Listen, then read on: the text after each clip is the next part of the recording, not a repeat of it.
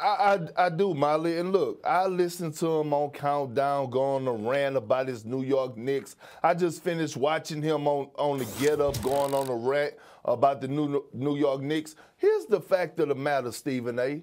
No one thought the Knicks were going to be good this year except for you and the Knicks fans. Listen, let me tell you why. Everybody got all hyped up when y'all got Evan Fournier and Kemba Walker. Do you know why Boston let them walk? Because they had front row seats of watching them play. We all know that Kemba Walker knees can't hold up the entire season. We all know that Evan Fournier shot almost 13 to 20% last year in the playoffs for the Boston Celtics. I don't know why y'all got excited.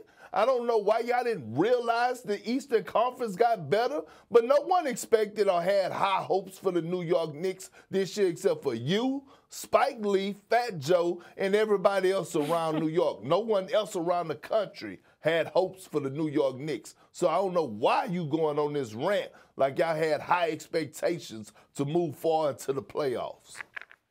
Would you like to retort, or do you want to just move on here? He's supposed to be my brother. Yeah. He's supposed to be my brother. You know, and this is what he does. I will say this, though, because I don't have much of a comeback from that other than to say this. Okay. They weren't supposed to regress to this point.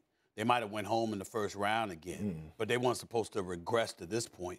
The fact of the matter is the New York Knicks have been the biggest disappointment for me for this entire season. You got a coach ain't on the same page as management. You got the coach being stubborn and DNP and the dude in Cam Reddish when you got a one-legged point guard and a dude in Fournier that's bad every 5 games for the one good game he gives you. And this is with Derrick Rose on the injured list. And still in all, you're gonna think it's justifiable not to play people. So they're not on the same page. It's typical of a James Dolan team, and I'm utterly disgusted.